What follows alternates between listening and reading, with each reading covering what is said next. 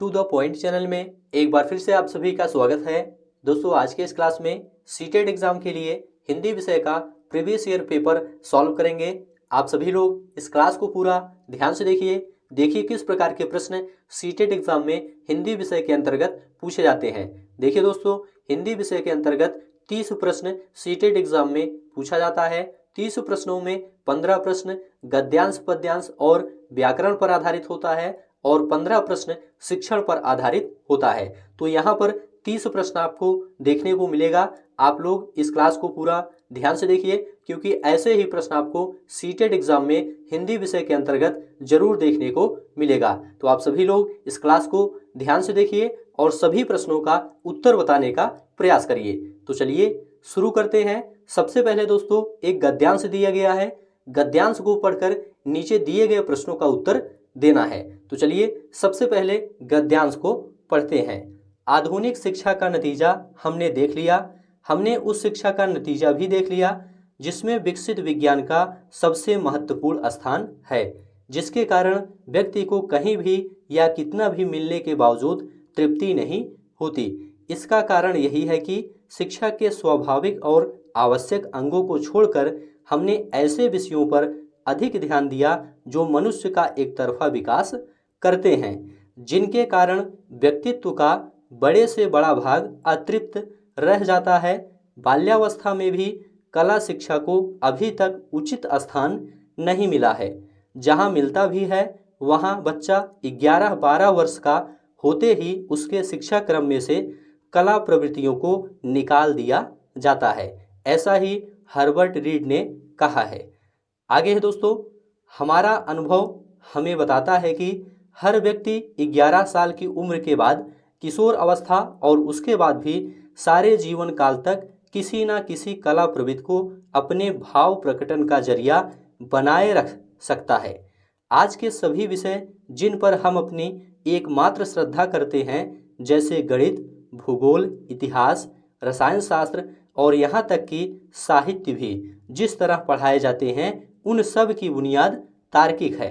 इन पर एकमात्र जोर देने के कारण कला प्रवृत्तियां जो भावना प्रधान होती हैं, पाठ्यक्रम से करीब करीब निकल जाती हैं। ये प्रवृत्तियां केवल पाठ्यक्रम से ही नहीं निकल जाती, आगे है दोस्तों, बल्कि इन तार्किक विषयों को महत्व देने के कारण व्यक्ति के दिमाग से भी बिल्कुल निकल जाती हैं। किशोर अवस्था को इस तरह गलत रास्ते पर ले जाने का नतीजा भयानक हो रहा है। सभ्यता रोज बरोज बेढब होती जा रही है। व्यक्ति का गलत विकास हो रहा है। उसका मानस अस्वस्थ है, परिवार दुखी है, समाज में फूट पड़ी है और दुनिया पर ध्वंस करने का ज्वर चढ़ा है। इन भयानक अवस्थाओं को हमारा ज्ञान विज्ञान सहारा दे रहा है। आज की तालीम भी इसी दौड़ में साथ दे रही है। अब यहाँ से दोस्तों अनुच्छेद के आधार पर पूछे गए प्रश्नों का उत्तर देना है। पहला प्रश्न है, अनुच्छेद के आधार पर हमें किस पर सर्वाधिक ध्यान देने की जरूरत है। देखिए दोस्तों, इस अनुच्छेद में आपको बताया गया है कि ज़्यादातर लोग गणित, भूगोल, इतिहास, विज्ञान पर ध्यान देते हैं, जबकि उन्हें कला प्रवृत्तियों पर सर्वाधिक ध्यान देने की जरूरत है। ऐसा इस अनुच्छेद में बताया गया है। तो यहाँ पर आपका दूसरा ऑप्शन राइट हो जाएगा। अनुच्छेद के आधार पर हमें कला प्रवृत्ति पर सर्वाधिक ध्यान देने की जरूरत है। आगे बढ़ते हैं। अनुच्छेद के अनुसार गणित, भूगोल, इतिहास आदि विषय कैसे हैं। आपको यहाँ पर अनुच्छेद में बताया गया था कि गणित, भूगोल, इतिहास ये सभी कैसे हैं, तर्क प्रधान है, भाव प्रधान नहीं है, ये तर्क प्रधान है। इसलिए पहला ऑप्शन आपका यहाँ पर राइट हो जाएगा। चलिए आगे बढ़ते हैं। अनुच्छेद के आधार पर क्या पूछा गया है, अगला प्रश्न ध्यान से देखिए। ज्ञान विज्ञान को बहुत अधिक महत्व देने के कारण क्या हो रहा है, समाज उन्नत कर रहा है या समाज में विभाजन हो रहा है, या व्यक्ति सृजन की राह पर है या व्यक्ति विध्वंस की राह पर नहीं है। तो देखिए दोस्तों, ज्ञान विज्ञान को बहुत अधिक महत्व देने के कारण समाज में विभाजन हो रहा है। क्या हो रहा है, समाज में विभाजन हो रहा है। यह दोस्तों अनुच्छेद में बताया गया है। किसके कारण, ज्ञान विज्ञान को अधिक महत्व देने के कारण। तो दूसरा ऑप्शन आपका राइट हो जाएगा। अगला प्रश्न है, किशोरावस्था तार्किकता की प्रधानता और भाव के अभाव में का रास्ता अपना रही है। किसका रास्ता अपना रही है, पतन, ज्ञान, प्रगति या कर्म। तो देखिए दोस्तों, यहाँ पर आपका राइट आंसर है पहला ऑप्शन पतन। यहाँ पर पतन आपका राइट हो जाएगा, क्योंकि किशोरावस्था तार्किकता की प्रधानता और भाव के भाव में पतन का रास्ता अपना रही है, यह अनुच्छेद में बताया गया है। तो पहला ऑप्शन आपका राइट हो जाएगा। अगला प्रश्न है, इनमें से कौन सा शब्द समूह से भिन्न है? ऑप्शन है तार्किक, स्वाभाविक, साहित्यिक, अभिव्यक्ति। देखिए दोस्तों, यहाँ पर तार्किक में इक प्रत्यय लगा हुआ है, स्वाभाविक में भी इक प्रत्यय है, साहित्यिक में भी इक प्रत्यय है, जबकि अभिव्यक्ति में इक प्रत्यय नहीं लगा हुआ है, इसलिए ये सबसे अलग है, सबसे भिन्न है। तो यहाँ पर आपका चौथा ऑप्शन राइट हो जाएगा। आगे बढ़ते हैं, अगला प्रश्न है, आज की तालीम भी इसी दौड़ में साथ दे रही है। वाक्य में निपात है। निपात क्या है? आज है, भी है, इस है, में है। तो यहाँ पर दोस्तों आपका दूसरा ऑप्शन राइट है, भी। आज की तालीम भी इसी दौड़ में साथ दे रही है। भी क्या है? निपात है। ध्यान रखिएगा, बात पर जोर देने के लिए निपात का प्रयोग किया जाता है। निपात का दोस्तों कोई लिंग वचन नहीं होता है। भी यहाँ पर क्या है? निपात है। आगे बढ़ते हैं, अगला प्रश्न देखेंगे। विकसित शब्द में प्रत्यय है। विकसित में कौन सा प्रत्यय है आपको यह बताना है। सित, इत, त, सत। तो यहाँ पर आपका राइट आंसर है दोस्तों दूसरा ऑप्शन, इत प्रत्यय लगा हुआ है। विकसित में कौन सा प्रत्यय है? इत प्रत्यय है। तो यहाँ पर दोस्तों आप देख सकते हैं, बहुत ही आसान प्रश्न हिंदी विषय के अंतर्गत पूछे जाते हैं। अनुच्छेद के आधार पर कहा जा सकता है कि आधुनिक शिक्षा का नतीजा सुखद है, दुखद है, औसत है। देखिए दोस्तों, अनुच्छेद के आधार पर कहा जा सकता है कि आधुनिक शिक्षा का नतीजा दुखद है।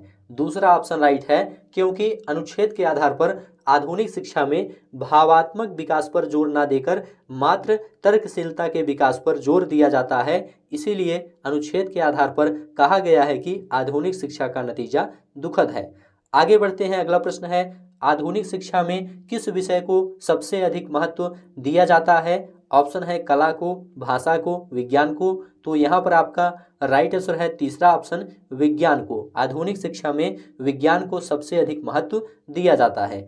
आगे बढ़ते हैं, यहाँ से दोस्तों काव्यांश दिया गया है। काव्यांश को पढ़कर नीचे लिखे गए प्रश्नों का उत्तर देना है। तो चलिए काव्यांश को पढ़ते हैं। साकार दिव्य गौरव विराट, पौरुष के पुंजीभूत ज्वाल, मेरी जननी के हिम किरीट, मेरे भारत के दिव्य भाल। हिम किरीट का अर्थ होता है बर्फ का मुकुट। हिम का अर्थ होता है बर्फ और किरीट का अर्थ होता है मुकुट। आगे है, मेरे नगपति मेरे विशाल, युग युग अजय निर्बद्ध मुक्त, युग युग गौरवोन्नत नित महान, निस्सीम व्योम में तान रहे, युग से किस महिमा का वितान। आगे है, कैसी अखंड यह चिर समाधि, यतिवर कैसा यह अमर ध्यान, तू महाशून्य में खोज रहा किस जटिल समस्या का निदान। आगे है, उलझन का कैसा विषम जाल, मेरे नगपति मेरे विशाल। इस काव्यांश पर आधारित प्रश्न का उत्तर देना है। प्रश्न है, हिम किरीट का आशय है ठंडा मुकुट, बर्फ का मुकुट, चांदी का मुकुट, स्वर्णिम मुकुट। देखिए दोस्तों, हिम का अर्थ होता है बर्फ और किरीट का अर्थ होता है मुकुट। तो इसका अर्थ है बर्फ का मुकुट। हिम किरीट का आशय है बर्फ का मुकुट। आगे बढ़ते हैं, अगला प्रश्न है, नगपति का विग्रह और समास होगा। नगपति का विग्रह नगों का पति अर्थात पर्वतों का पति, और इसमें तत्पुरुष समास है, इसलिए तीसरा ऑप्शन आपका राइट है। तत्पुरुष समास में उत्तर पद प्रधान तथा पूर्व पद गौड़ होता है।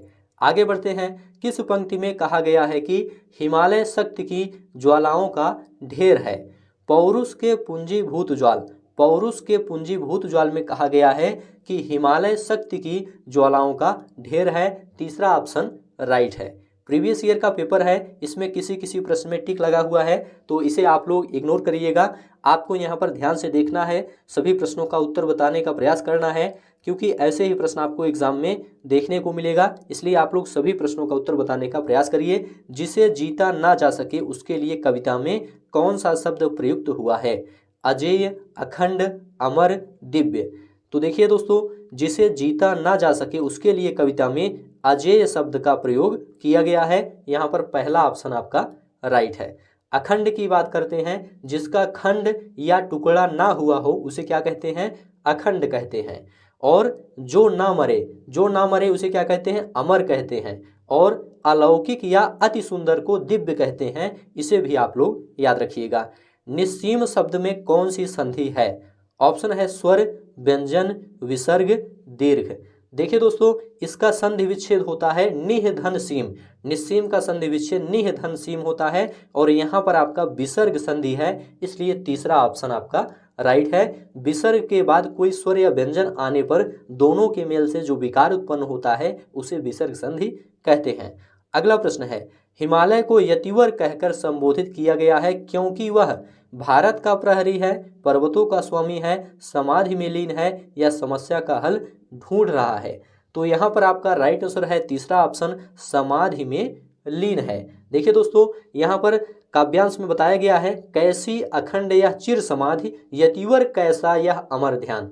कैसी अखंड यह चिर समाधि, यतिवर कैसा यह अमर ध्यान। यहाँ पर हिमालय को यतिवर कहकर संबोधित किया गया है क्योंकि वह समाधि में लीन है। आगे बढ़ते हैं, अगला प्रश्न है, नीचे दिए गए प्रश्नों के सबसे उचित विकल्प का चयन कीजिए। यहाँ से शिक्षण पर आधारित प्रश्न शुरू है, तो आप लोग इसे ध्यान से देखिए क्योंकि ऐसे ही प्रश्न आपको एग्जाम में देखने को मिलेगा।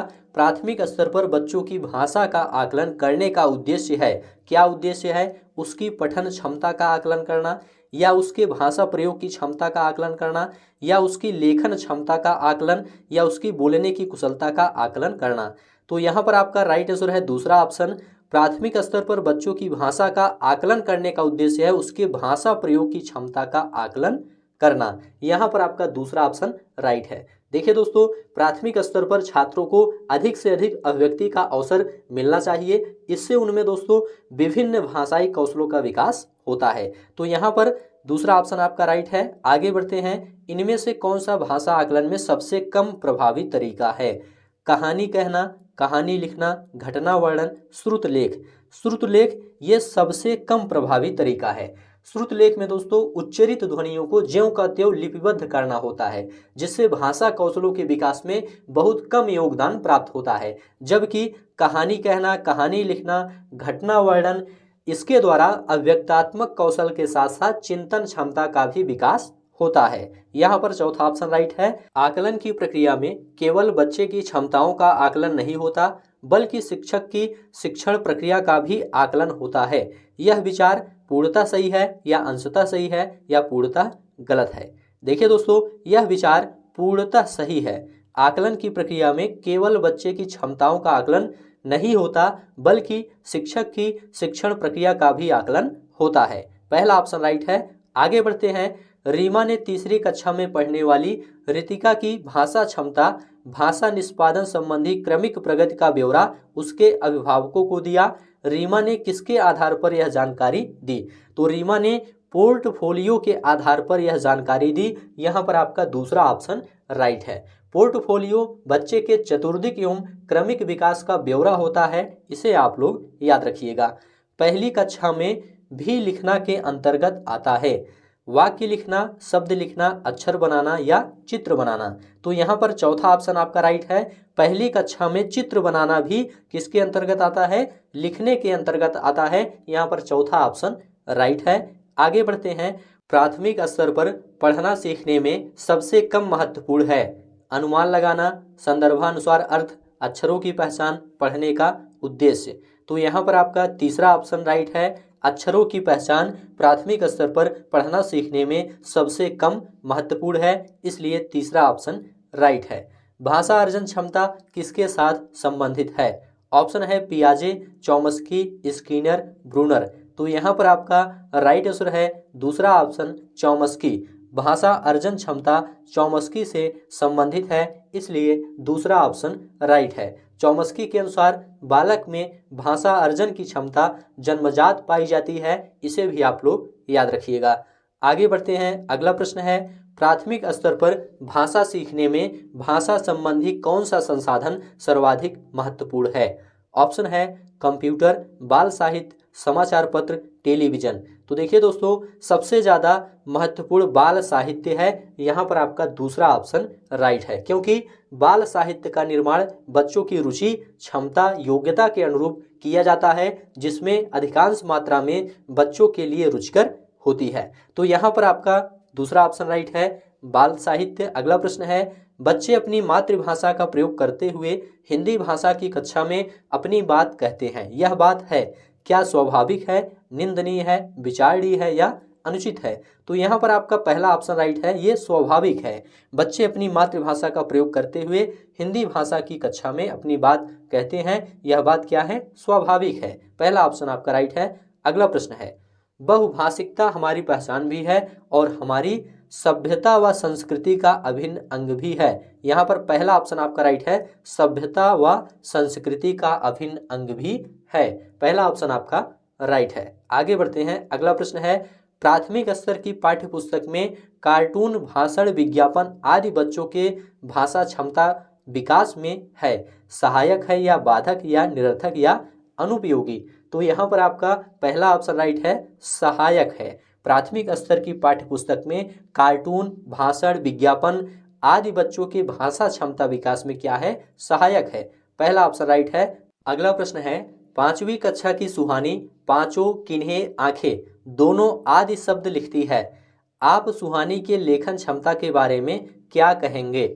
ऑप्शन है, वह अनुनासिक चिन्ह का प्रयोग बिल्कुल नहीं जानती, वह अनुनासिक चिन्ह के प्रयोग के प्रति सजग है, वह अनुनासिक चिन्ह के प्रयोग के प्रति लापरवाह है, वह अनुनासिक चिन्ह के नियम का अति सामान्यीकरण करती है। तो यहाँ पर आपका राइट आंसर हो जाएगा चौथा ऑप्शन, वह अनुनासिक चिन्ह के नियम का अति सामान्यीकरण करती है। चौथा ऑप्शन आपका राइट है। आगे बढ़ते हैं। विद्यालय में भाषा शिक्षण के लिए कोई कार्यक्रम शुरू करते समय सबसे महत्वपूर्ण है। ऑप्शन है, बच्चे की लिखित क्षमता को पहचानना, बच्चे की सहज भाषाई क्षमता को पहचानना, बच्चे की सहज मौखिक अभिव्यक्ति को पहचानना, बच्चे की पठन क्षमता को पहचानना। तो यहाँ पर आपका दूसरा ऑप्शन राइट है, बच्चे की सहज भाषाई क्षमता को पहचानना, क्योंकि इसी के आधार पर कार्यक्रम विशेष में बच्चे की भूमिका तय की जाती है एवं उसको सीखने का समुचित अवसर प्राप्त होता है। दूसरा ऑप्शन राइट है। कई बार बच्चे जब स्कूल आते हैं तो 2 या 3 भाषाओं को और बोलने की क्षमता से लैस होते हैं। पढ़ने, लिखने, रटने, समझने, यहाँ पर क्या भरा जाएगा आपको यह बताना है। तो यहाँ पर आपका चौथा ऑप्शन राइट है, समझने। कई बार बच्चे जब स्कूल आते हैं तो 2 या 3 भाषाओं को समझने और बोलने की क्षमता से लैस होते हैं। तो यहाँ पर आपका चौथा ऑप्शन राइट है। आगे बढ़ते हैं। किसी विषय को सीखने का मतलब है उसकी को सीखना, उसकी को सीखना। यहाँ पर खाली स्थान भरना है। तो यहाँ पर आपका तीसरा ऑप्शन राइट है, अवधारणाओं और शब्दावली। किसी विषय को सीखने का मतलब है उसकी अवधारणाओं को सीखना, उसकी शब्दावली को सीखना। तीसरा ऑप्शन राइट है। तो इस प्रकार से आज की यह क्लास यहीं पर समाप्त होती है। ये सभी प्रश्न प्रीवियस ईयर एग्जाम में पूछे गए थे। ऐसे ही प्रश्न सीटेट एग्जाम में आपको जरूर देखने को मिलेगा। आशा है यह क्लास आपको अच्छा लगा है तो चैनल को सब्सक्राइब करिए, दोस्तों में शेयर करिए और कमेंट में लिखकर जरूर बताइए।